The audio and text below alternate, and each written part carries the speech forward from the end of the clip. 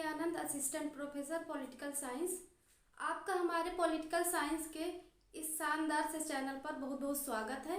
आज हम अरस्तू की न्याय विषयक अवधारणा को समझेंगे, उनकी न्याय संबंधी अवधारणा क्या है। तो आइए हम देखते हैं। तो अरस्तू की न्याय विषयक अवधारणा, इसका उल्लेख अरस्तू की पुस्तक पॉलिटिक्स में मिलता है। तो पॉलिटिक्स में अरस्तू महोदय ने अपनी न्याय विषयक अवधारणा दी है। प्लेटो के समान ही न्याय को महत्वपूर्ण माना है। तो अरस्तू ने क्या किया, अपने गुरु प्लेटो के समान ही न्याय को महत्वपूर्ण माना। लेकिन न्याय की अवधारणा क्या है, प्लेटो से भिन्न है। प्लेटो की न्याय की अवधारणा जो है अरस्तू की न्याय की अवधारणा से भिन्न है। दोनों की अलग अलग अवधारणा है। प्लेटो नैतिकता को प्राथमिकता देते हैं, लेकिन अरस्तू क्या कहते हैं, साधुता को समर्थन करते हैं, साधुता को बढ़ावा देते हैं। तो इस प्रकार से ये दोनों कंसेप्ट अलग अलग हैं। अरस्तू ने न्याय को सद्गुणों का समूह माना है। अरस्तू क्या कहते हैं, न्याय क्या है, सद्गुणों का समूह है। ये इम्पोर्टेंट है। व्यक्ति को न्याय प्रिय होने के लिए यह आवश्यक है कि वह अपने समुदाय के अन्य सदस्यों के प्रति अपने नैतिक कर्तव्यों का पालन करे। अब अरस्तू कह रहे हैं कि व्यक्ति को न्याय प्रिय होने के लिए क्या आवश्यक है कि वह जो समुदाय के अन्य सदस्य हैं उनके प्रति क्या है, अपने कर्तव्यों का पालन करे, उनको गलत रास्ते पर चलने के लिए रोके और उनको सही मार्ग दिखाएं और उनके साथ अच्छा व्यवहार करें, ताकि समाज में है सद्भावना और समानता का विकास हो, समानता और सद्भावना बढ़े। तो इस प्रकार से न्याय प्रिय होने के लिए आवश्यक है कि समुदाय के अन्य सदस्यों के प्रति कर्तव्यों का पालन किया जाए। ठीक, तो परिभाषा दी है अरस्तू ने, नेक कार्यों को व्यवहार में प्रकट करना ही न्याय है। नेक कार्य क्या है, अच्छे कार्यों को व्यवहार में प्रकट करना, व्यवहार में लाना क्या है, न्याय है। बार्कर की एक परिभाषा है, अरस्तू ने न्याय शब्द का प्रयोग किस रूप में किया है, साधुता के रूप में किया है। ठीक, तो अरस्तू ने न्याय का शब्द का प्रयोग साधुता के लिए किया है। ये कौन कहता है, बार्कर कहते हैं। अरस्तू ने न्याय के दो भेद किए हैं। अब न्याय के दो भेद कौन कौन से हैं हम देखते हैं। फर्स्ट है पूर्ण न्याय या सामान्य न्याय। पूर्ण न्याय या सामान्य न्याय ये फर्स्ट है, और सेकंड है विशेष न्याय। अब पूर्ण न्याय क्या है, हम इसको देखते हैं। नैतिक गुण और चरित्र की श्रेष्ठता से संबंधित है। पूर्ण न्याय किससे संबंधित है या सामान्य न्याय, तो नैतिक गुण और चरित्र की श्रेष्ठता से संबंधित है। नैतिक गुण और चरित्र श्रेष्ठ होना चाहिए पूर्ण न्याय में। सभी सद्गुण कार्य रूप में न्याय है। सभी सद्गुण क्या है, अच्छे कार्य, वो क्या है, न्याय कहलाते हैं। पूर्ण न्याय या सामान्य न्याय कानूनों के अनुरूप आचरण करने में निहित है। मतलब कानून को महत्व देते हैं, कानून को बढ़ावा देते हैं। संविधान में आपकी आस्था है, तो कानूनों के अनुरूप आप आचरण कर रहे हैं, तो उसमें आचरण करने में निहित ही क्या है, पूर्ण न्याय है। आपकी कानून में आस्था होनी चाहिए। यहाँ पे अरस्तू कहते हैं कि परिवार में न्याय का अर्थ क्या है। परिवार में न्याय का अर्थ बता रहे हैं, स्वामी का दास पर, स्वामी का जो दास है, स्वामी का दास पर, पति का पत्नी पर, और घर के मालिक, जो घर का मालिक है, उसका सदस्यों पर स्वाभाविक शासन रहता है। ठीक, तो ये कह रहे हैं परिवार में न्याय का अर्थ क्या है, स्वामी का दास पर, पति का पत्नी पर, घर के मालिक का सदस्यों पर स्वाभाविक शासन रहता है। और गांव में इसको ले लिया जाए तो न्याय के अर्थ में क्या है, सबसे अनुभवी व्यक्ति जो है, सबसे अनुभवी व्यक्ति को, जो पुरुष है, उसके द्वारा क्या है, गांव के दूसरे लोगों का नेतृत्व है। मतलब जो अनुभवी व्यक्ति है वो दूसरे लोगों पर शासन करता है, मतलब नेतृत्व करता है दूसरे लोगों का। किसमें, गांव में। तो गांव में जो अनुभवी व्यक्ति है, सबसे ज्यादा जो अनुभव होता है जिसको, तो अनुभवी पुरुष ही क्या है, गांव के दूसरों लोगों का नेतृत्व करते हैं। और एक सक्षम राज्य के रूप में इसका क्या न्याय का क्या अर्थ है? तो पहले हमने परिवार के रूप में देखा, गांव के रूप में देखा, अब हम राज्य के रूप में देखते हैं। तो एक सक्षम राज्य का अर्थ है शिक्षित, सभ्य और गुणवत्ता युक्त व्यक्ति द्वारा अपने व अन्य लोगों पर शासन। मतलब राज्य का जो शासन करता होगा उसमें क्या क्या गुण होने चाहिए? वो शिक्षित होना चाहिए, सभ्य होना चाहिए, गुणवत्ता युक्त व्यक्ति होना चाहिए, मतलब सद्गुण संपन्न होना चाहिए।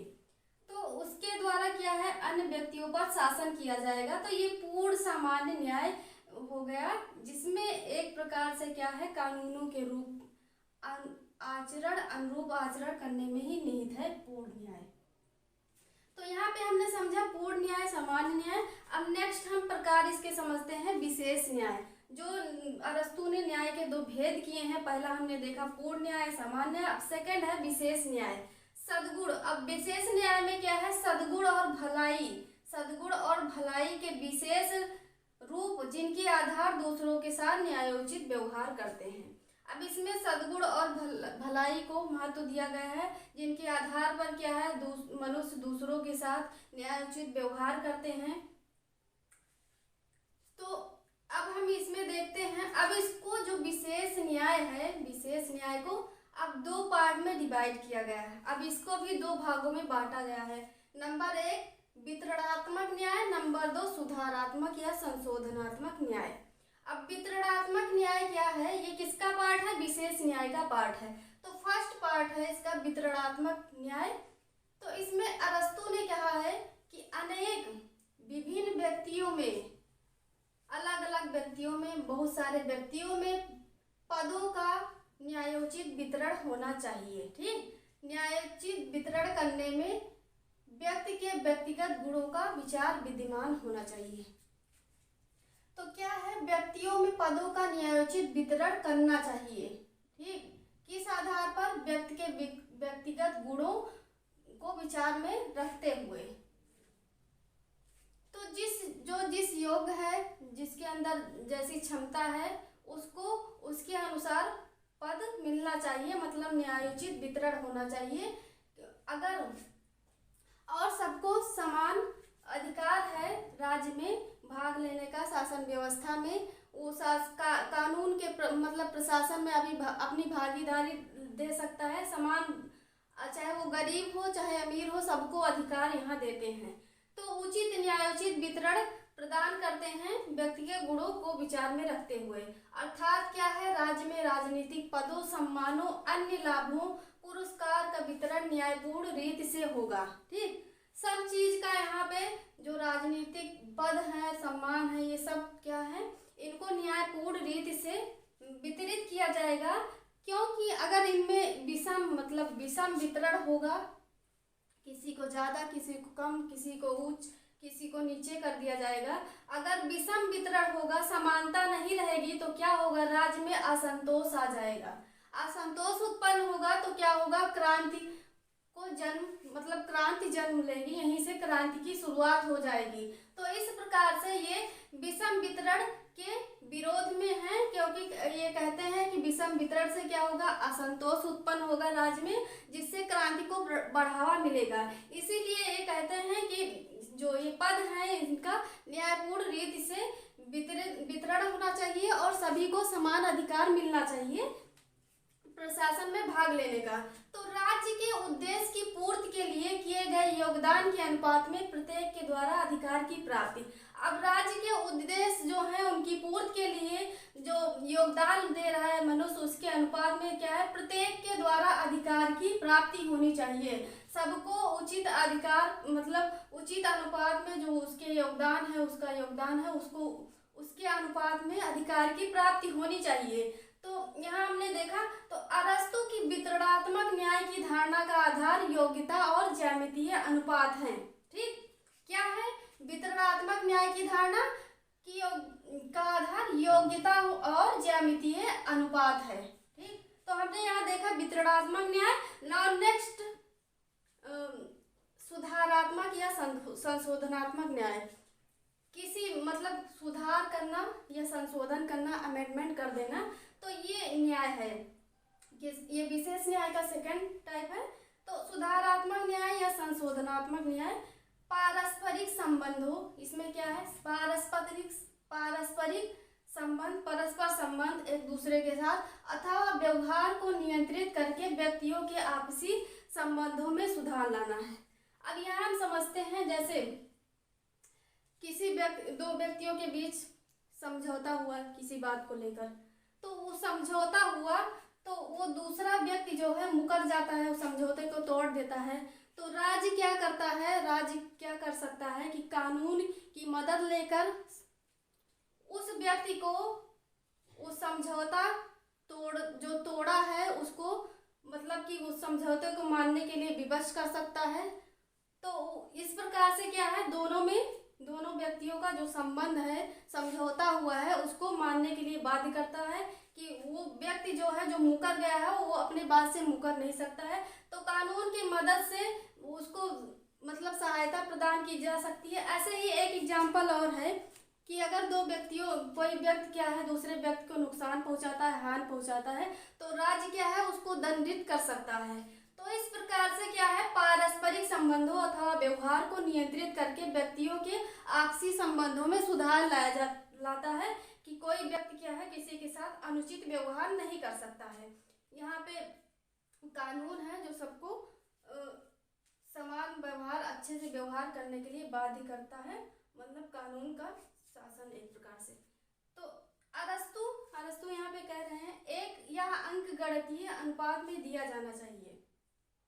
ये सुधारात्मक और संशोधनात्मक न्याय क्या है, यह अंकगणितीय अनुपात में दिया जाना चाहिए, अर्थात समान अपराध के लिए सभी को समान दंड देना चाहिए। ठीक, तो समान अपराध के लिए समान दंड, सभी को समान दंड, समान अपराध के लिए सभी को समान दंड। ठीक, ये कौन कह रहा है, अरस्तु। यह प्रत्येक व्यक्ति के क्षेत्र को निश्चित और उचित स्थिति का बोध कराता है। कौन, सुधारात्मक या संशोधनात्मक न्याय क्या करता है, प्रत्येक व्यक्ति के क्षेत्र को निश्चित और उचित स्थिति का बोध कराता है। अब इसको भी टू टाइप में डिवाइड किया गया है। फर्स्ट है ऐच्छिक न्याय और दूसरा है अनैच्छिक न्याय। किसको, सुधारात्मक न्याय को या संशोधनात्मक न्याय को सेकंड दो टाइप में डिवाइड किया गया है। फर्स्ट ऐच्छिक न्याय और सेकंड अनैच्छिक न्याय। ऐच्छिक न्याय क्या है, शक्ति, इसमें शक्ति एक दूसरे से विभिन्न संधियों और समझौतों से व्यवहार संधि तोड़ने पर न्यायालय द्वारा नियंत्रण। जैसा कि हमने बताया कि शक्ति जो है, जैसे किसी दो संधि या समझौता हुआ दो व्यक्तियों में, अगर कोई संधि तोड़ता है तो न्यायालय द्वारा नियंत्रण किया जाता है। और अनैच्छिक क्या है, अनैच्छिक में कोई नागरिक किसी दूसरे को कष्ट अगर पहुंचाता है तो राज्य उस अपराधी को दंड देता है। अब हम समझते हैं, हमने ये न्याय विषय का अवधारणा को देख लिया। अब प्लेटो के और अरस्तु के जो न्याय विषय का अवधारणा में अंतर है, हम उसको समझते हैं। प्लेटो की न्याय की अवधारणा क्या है, कर्तव्य मूलक है। प्लेटो नागरिकों के कर्तव्यों की ही बात करता है, अधिकारों की बात नहीं करता है। अरस्तु क्या कहते हैं, अरस्तु की न्याय विषय का अवधारणा क्या है, यहाँ पे अधिकार को बढ़ावा दिया जाता है, मतलब नागरिक के अधिकारों की बात की जाती है। राज्य 3 वर्गों में विभाजित होता है। प्लेटो का राज्य क्या है, 3 वर्गों में विभाजित होता है। और यहाँ पे क्या है, अरस्तु समान व्यक्ति का समुदाय मानते हैं। यहाँ पे ये 3 वर्गों में विभाजित कर रहे हैं।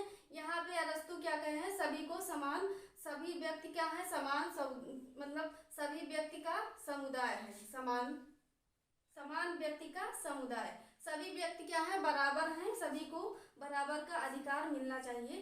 तो यहाँ पे ये 3 वर्गों में डिवाइड कर रहे हैं, यहाँ सभी को समान माना जा रहा है। तो न्याय अस्पष्ट है। प्लेटो का न्याय क्या है, अस्पष्ट है, उसका कोई स्पष्ट विवरण नहीं दिया गया है, कोई स्पष्ट उल्लेख नहीं है। और अरस्तु का न्याय क्या है, स्पष्ट तथा वैज्ञानिक है। इनका प्लेटो का न्याय श्रम विभाजन तथा कार्य विशेषीकरण पर आधारित है, मतलब श्रम विभाजन तथा कार्य विशेषीकरण पर आधारित है। और अरस्तु का न्याय क्या है, आनुपातिक समानता पर आधारित है। अब प्लेटो का न्याय नैतिकता पर आधारित है और अरस्तु का न्याय क्या है? प्रत्येक व्यक्ति को राज्य द्वारा उसकी योग्यता के आधार पर पद देना ही न्याय है।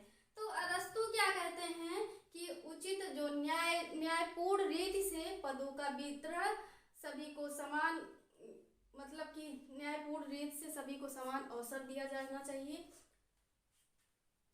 तो वही न्याय है। मतलब जो जिस योग्य है उसी के योग्यता के आधार पर पद देना ही न्याय है, मतलब न्यायपूर्ण रीति से पद दिया जाना चाहिए। तो हमने देखा अरस्तु की न्याय विषयक अवधारणा।